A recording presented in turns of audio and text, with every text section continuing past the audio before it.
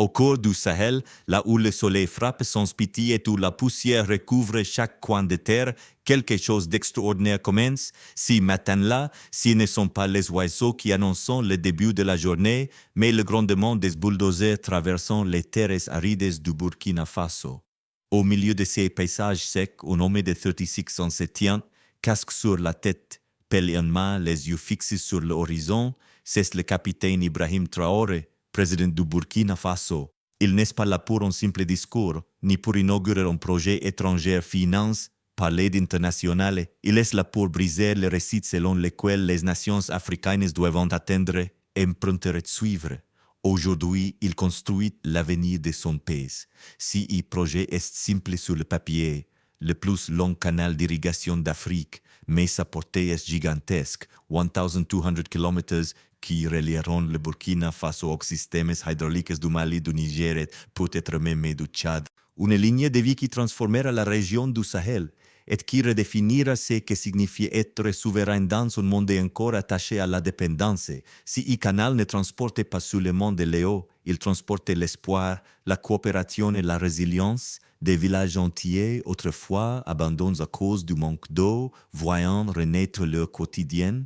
Les anciens combattants déposant les armes pour devenir entrepreneurs et travailleurs du canal, les femmes supervisant les réservoirs, créant des coopératives agricoles et lançant des entreprises locales, les enfants non plus à marcher des kilomètres pour trouver de l'eau, les familles commençant à croire que la vie peut être digne et stable, non pas grâce à la charité étrangère, mais grâce à leurs propres efforts. Si le regain de confiance est intangible, mais il est palpable dans chaque sourire, chaque champ rose et chaque voix qui chante à nouveau au village.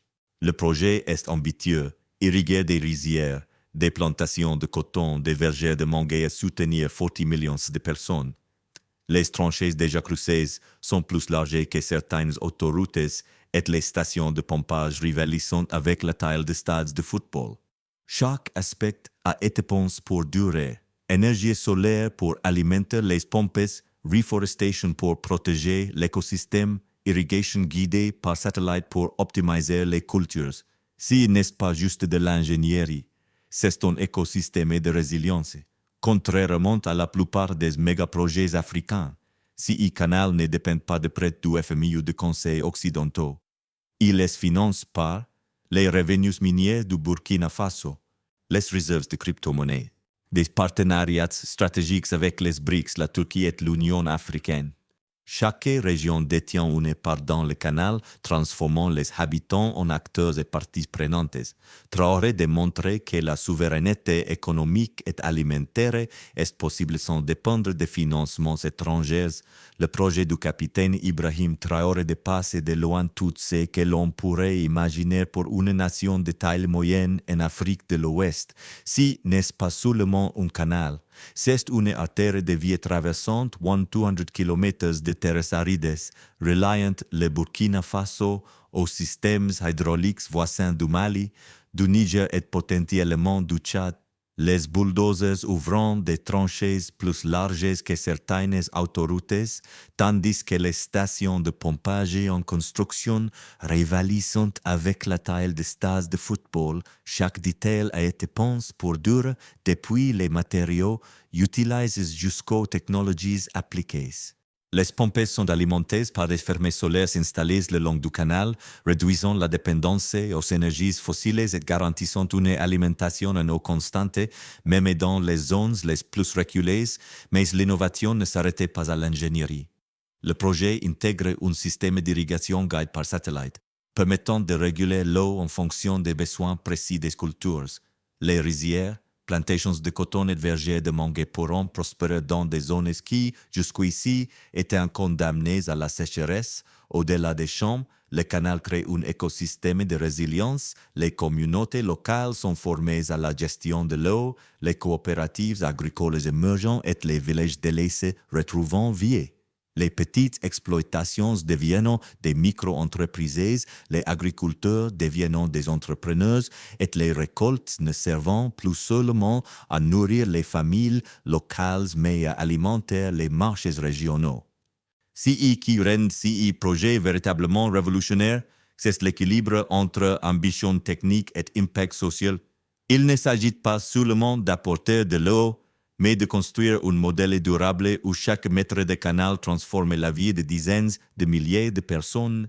Le canal est la preuve tangible que l'ingénierie, lorsqu'elle est pensée avec vision et humanité, peut devenir un vecteur de changement durable. Traoré ne construit pas pour la gloire ou les médias, il construit pour que l'Afrique reprenne son autonomie, que le Sahel cesse d'être une région de désespoir et que les générations futures héritent d'une terre fertile et d'une société résiliente. Le canal du capitaine Ibrahim Traoré ne se contente pas de transformer le paysage agricole. Il révolutionne la vie sociale des communautés rurales. Dans les villages traversés par l'eau, l'irrigation régulière a permis la création de coopératives locales où les anciens agriculteurs, autrefois isolés et impuissants face à la sécheresse, deviennent des entrepreneurs autonomes. Les femmes jouent un rôle central, supervisant les réservoirs communautaires, lançant des petites entreprises de transformation alimentaire et cultivant des potagers qui assurent à la fois nourriture et revenus. Les enfants retournant à l'école avec un nouvel enthousiasme. L'éducation n'est plus seulement une obligation, mais une préparation à un avenir tangible où l'eau et la technologie soutiennent leurs ambitions.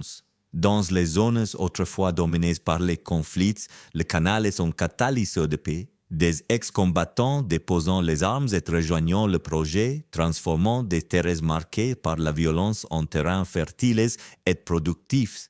Chaque tranchée creusée devient un symbole d'inclusion et de collaboration, prouvant qu'un projet infrastructurel peut redéfinir les relations communautaires. Au-delà des récoltes, l'emploi local explosait, ingénieurs, techniciens, hydrologues et ouvriers trouvant un travail stable et valorisant. Les familles, qui dépendaient des pluies aléatoires pour survivre, construisant désormais un capital générationnel, établissant une stabilité jusque-là inimaginable dans le Sahel. Le projet ne se limitait pas aux aspects économiques ou éducatifs. Il introduit un nouveau modèle de gouvernance locale où les habitants sont partie prenante du canal. Chaque région possédait des droits et responsabilités spécifiques, créant un sentiment d'appropriation et de fierté. Traoré démontre ainsi que le développement durable n'est pas imposé d'en haut, mais construit avec ceux qui vivent au quotidien les défis de la terre. Le canal devient plus qu'une infrastructure, c'est un moteur de transformation culturelle, un moyen pour les communautés de croire en leur capacité à façonner leur futur. Le canal du capitaine Ibrahim Traoré ne change pas seulement la vie au Burkina Faso, il redéfinit aussi la diplomatie régionale. Avant même que les travaux ne commencent, Traoré a signé des accords de partage de l'eau avec le Mali et le Niger et des discussions sont en cours avec le Tchad. Ces pactes ne sont pas symboliques. Ils préviennent les conflits traditionnels, les ressources hydriques et établissant un modèle de coopération pratique. Dans un continent où l'accès à l'eau a souvent été source de tension, le projet devient un vecteur de stabilité, transformant la compétition en collaboration et inspirant les nations voisines à repenser leur stratégie de développement. Cette vision attire également la diaspora africaine. Ingénieurs, agronomes, hydrologues et enseignants qui avaient quitté l'Afrique pour l'Europe, l'Asie ou les États-Unis, retournant chez eux, motivés par un projet concret et une participation active. Pour beaucoup, revenir signifie non seulement contribuer à l'infrastructure, mais aussi devenir acteur d'un changement durable. Le canal démontre que la construction locale peut être plus impactante et valorisante que l'immigration et le simple envoi de fonds. Des professionnels venus d'autres pays africains comme le Ghana, le Sénégal ou l'Éthiopie rejoignant aussi l'initiative créant un réseau continental de savoir-faire et de solidarité. Par ailleurs, le projet modifie l'équilibre des relations avec les puissances mondiales. Les gouvernements occidentaux, habitués à définir les termes du développement en Afrique, observant avec frustration un pays qui réussit sans dépendre de prêts, d'experts étrangers ou de conditions imposées. Le Burkina Faso montrait que la souveraineté économique et politique peut se construire avec des ressources locales, des partenariats stratégiques non occidentaux et une jeunesse engagée. Le canal devient ainsi un symbole de l'autonomie africaine, un modèle exportable et un défi direct aux anciens schémas de dépendance. En résumé, le canal d'Ibrahim Traoré dépasse les frontières nationales. Il combine développement infrastructurel, diplomatie et proactive et mobilisation de la diaspora pour créer un projet continental. C'est une démonstration que l'Afrique peut écrire son propre récit, transformer les ressources locales en puissance économique et établir des alliances équitables. Le canal ne transportait pas seulement l'eau, il transportait un nouveau paradigme pour la région, prouvant qu'un leadership visionnaire et ancré dans le réel peut remodeler le continent. Alors que le canal progresse rapidement, il attire inévitablement l'attention et la résistance des puissances traditionnelles et des acteurs économiques mondiaux. Les multinationales agroalimentaires qui, profitant de la dépendance alimentaire de l'Afrique, s'inquiétant de l'indépendance que le projet pourrait générer, pour elles, moins d'importations signifie moins de profits. De leur côté, certains gouvernements occidentaux réclamant des évaluations environnementales et une surveillance multilatérale non par souci écologique, mais pour garder un contrôle sur les récits et de l'influence régionale, Traoré toutefois ne cherchait pas leur approbation. Son projet est conçu pour servir d'abord les Africains et renforcer la souveraineté locale. Malgré ces pressions externes, les résultats sur le terrain sont indéniables. En seulement 10 ans, le Burkina Faso a réduit de 20% sa dépendance au riz importé. Des centres de transformation agroalimentaire émergent dans plusieurs régions et de nouvelles opportunités d'emploi rural apparaissantes. Les communautés autrefois fragiles trouvant une stabilité grâce à l'eau et les coopératives locales prospérant. Mais le plus important n'est pas économique, il est psychologique. Les habitants croyant à nouveau en la possibilité d'un avenir construit par eux-mêmes, un sentiment longtemps effacé par la sécheresse et la dépendance extérieure. Le projet illustre également la nécessité d'une protection contre les perturbations externes et internes. La phase suivante du canal, intégrant irrigation guidée par IA, corridors commerciaux et énergie solaire, sera confrontée à des risques de sabotage, de désinformation et de pression économique. C'est un test de résilience pour le Burkina Faso et par extension pour tout modèle de développement africain autonome. Pourtant, chaque défi renforce la conviction que la transformation est possible. La diaspora, les communautés locales et les partenaires non occidentaux deviennent des alliés actifs, défendant l'idée que l'Afrique peut se développer selon ses propres termes. Ainsi, le canal ne se limitait pas à un projet d'infrastructure, il incarnait un nouveau paradigme de développement. Il montre que l'action concrète, la vision à long terme et le leadership ancré dans les besoins réels pouvant contrer les intérêts établis. C'est une démonstration que l'Afrique peut se réinventer, protéger ses acquis et inspirer une génération prête à participer pleinement à son avenir. Les canaux d'irrigation transforment profondément le quotidien des habitants du Burkina Faso. Là où autrefois la sécheresse déterminait la survie, l'eau devient maintenant un moteur de prospérité.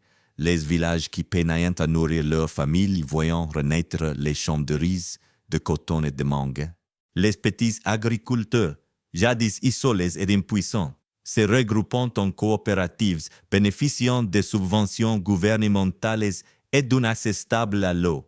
Cette structure transforme chaque cultivateur en entrepreneur, chaque champ en source de revenus et d'opportunités pour toute la communauté.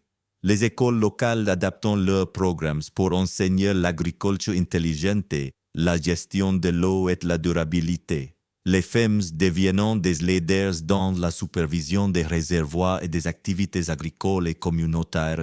Les artisans locaux construisant des infrastructures avec des matériaux locaux, créant un cercle vertueux d'emploi et de savoir-faire. Chaque mètre du canal devient un catalyseur de développement, reliant non seulement les terres mais aussi les individus, les familles et les villages à un avenir tangible. Le canal change également la perception de la diaspora africaine. Des professionnels africains expatriés reviennent sur le continent, apportant leurs compétences en ingénierie, hydrologie et agriculture. Ces retours silencieux créent un effet multiplicateur. Les talents sont mobilisés pour un projet réel, concret et porteur de transformation durable. L'eau ne nourrit pas seulement les cultures, elle nourrit l'espoir et la confiance dans la capacité de l'Afrique à écrire sa propre histoire.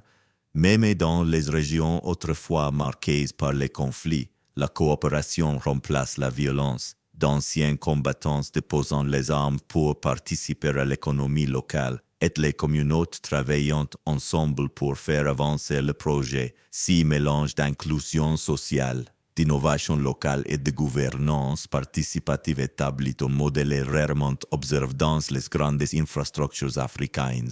Au final, le canal n'est pas seulement un ouvrage d'ingénierie, mais une métaphore vivante de la Renaissance africaine, une nation qui prend son destin en main, transforme ses ressources en opportunités et montre au continent qu'un avenir autonome, durable et prospère est possible. Le canal d'irrigation du Burkina Faso dépasse les frontières nationales et devient un instrument de diplomatie régionale. Avant même le creusement des premières tranchées, le président Ibrahim Traoré a signé des accords de partage de l'eau avec le Mali et le Niger, et des discussions sont en cours avec le Tchad.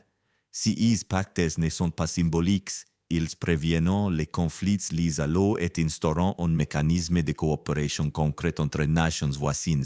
Dans une région où les droits sur l'eau ont souvent déclenché des tensions, ces projets montrent que la collaboration africaine est possible et même stratégique. Au-delà de la gestion de l'eau, le canal attire la diaspora africaine et les talents étrangers, passionnés par la reconstruction du continent. Ingénieurs, agronomes et hydrologues quittant leur emploi à l'étranger pour participer activement à la transformation de leur pays. Ces retours de compétences créent un réseau continental d'expertise et de leadership, renforçant la souveraineté locale et la confiance en un développement autonome. Le canal devient ainsi un point de convergence pour les Africains qui souhaitent faire connaître leur futur plutôt que de suivre les prescriptions extérieures. L'influence du projet ne se limite pas aux aspects techniques ou économiques. Il remet en question l'ordre établi du financement international en contournant les prêts conditionnées du FMI ou des banques occidentales. Le Burkina Faso affirme sa capacité à décider de son propre développement. Les nations africaines observant avec intérêt, certaines commencent à étudier le modèle pour l'adapter à leurs besoins. Le projet devient un exemple tangible que la dépendance n'est pas une fatalité et que l'Afrique peut bâtir ses infrastructures et sa prospérité selon ses propres termes. Ainsi, le canal sert non seulement la population locale, mais fait connaître une nouvelle carte de l'influence africaine. Il incarne une vision où le développement est collaboratif, inclusif et centré sur le continent. Si un modèle continental suscite curiosité, admiration et parfois inquiétude chez les puissances traditionnelles, mais surtout, il inspire l'Afrique à se percevoir comme acteur et auteur de son destin. Le canal d'irrigation du Burkina Faso ne se limite pas à l'eau, il est le cœur d'une transformation économique et agricole majeure. En apportant une irrigation fiable à plus de 40 millions de personnes, il transforme les rizières, les plantations de coton et les vergers de mangues autrefois abandonnés, les petits agriculteurs qui travaillaient autrefois à mains nues, formant désormais des coopératives soutenues par l'État, bénéficiant de subventions et d'un accès garanti à l'eau. Si un modèle leur permet de devenir des entrepreneurs agricoles et de participer à une économie rurale et dynamique, générant emplois et exportations locales, cette transformation renforce la souveraineté alimentaire du pays. En seulement 2 ans, le Burkina Faso a réduit SIS importations de riz de 20% et des centres de transformation agroalimentaire sont en construction dans plusieurs régions. Les familles rurales, autrefois dépendantes des pluies aléatoires, pouvons désormais construire un patrimoine durable grâce à l'eau, stabilisant la production tout au long de l'année. Les FEMS jouent un rôle central. Elles créent des coopératives de production locale, cultivant des légumes et développant de nouvelles activités génératrices de revenus, donnant à la communauté une résilience sociale et économique inédite. Le projet ne s'arrête pas à l'agriculture, il stimule l'innovation et l'emploi dans les technologies liées à l'irrigation, à l'énergie solaire et à la gestion de l'eau. Les écoles intégrant des cours sur l'agriculture intelligente face au climat, la gestion des ressources et la science de l'irrigation, formant une nouvelle génération capable de guérir et d'améliorer les systèmes. Ainsi, le canal devient un catalyseur pour une économie locale durable, basée sur des ressources endogènes et la maîtrise de leur futur. Au-delà des chiffres, l'impact psychologique est profond. Les communautés reprenant confiance en elles et en leur capacité à façonner leur destin.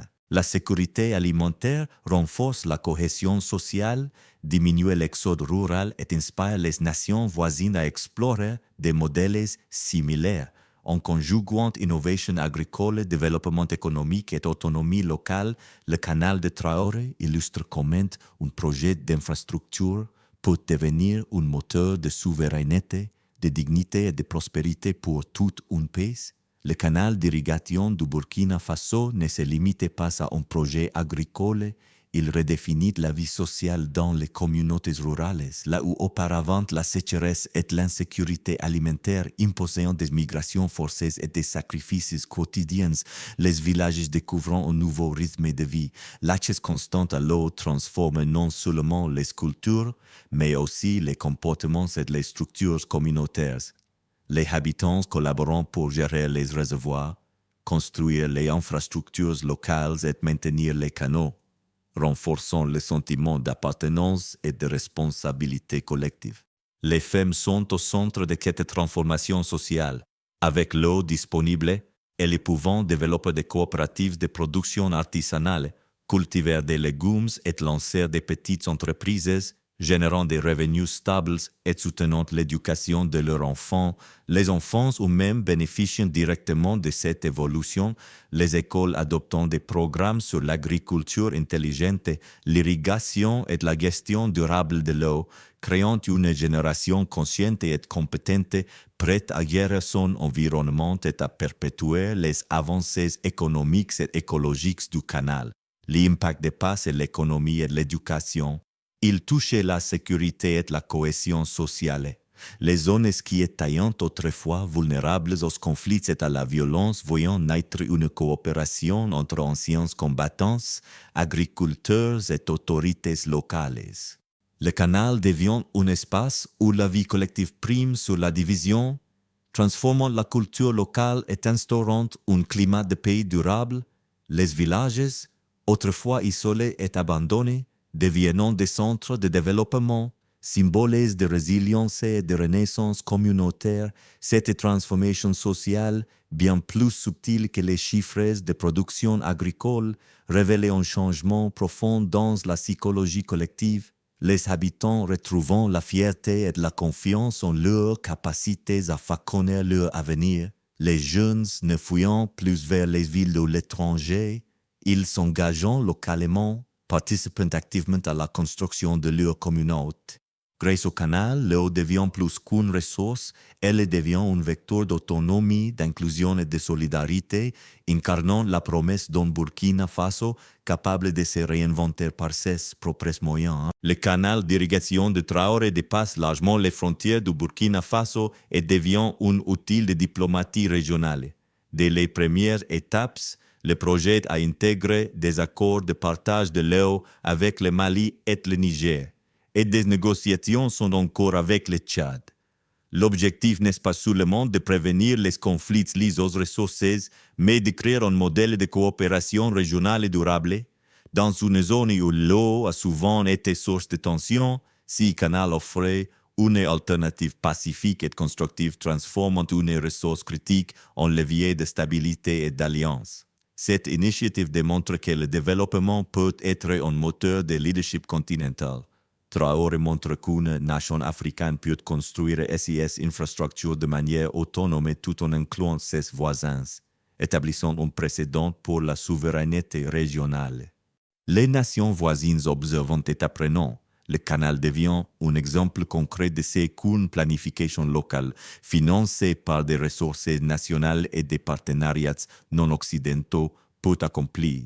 Cette diplomatie silencieuse mais efficace force les États voisins à repenser leurs propres politiques agricoles et de gestion de l'eau, suscitant une réévaluation du rôle de l'Afrique dans la maîtrise de son développement. En parallèle, le projet attire la diaspora africaine, des ingénieurs agronomes et techniciens ayant travaillé à l'étranger retournant au Burkina Faso, motivés par la possibilité de contribuer directement à un projet de grande envergure et de créer un impact tangible. Le canal devient un aimant pour le talent et l'expertise, démontrant qu'investir dans son propre pays peut être plus gratifiant que d'exporter ses compétences à l'étranger. Si retour massif renforce la coopération régionale et enrichit les échanges de savoir-faire entre nations africaines. Au-delà des accords et des partenariats, l'influence de Traoré est également stratégique. Elle redéfinit les rapports de force dans le Sahel et en Afrique de l'Ouest. Les anciennes puissances traditionnelles, habituées à dicter les termes du développement, observant avec inquiétude, le canal fonctionne sans dépendre des spreads internationaux ni des conditionnalités occidentales, prouvant qu'un modèle africain indépendant est efficace et est possible. Ainsi, le projet devient un catalyseur de souveraineté, de coopération et de transformation géopolitique, tout en consolidant l'influence du Burkina Faso dans la région.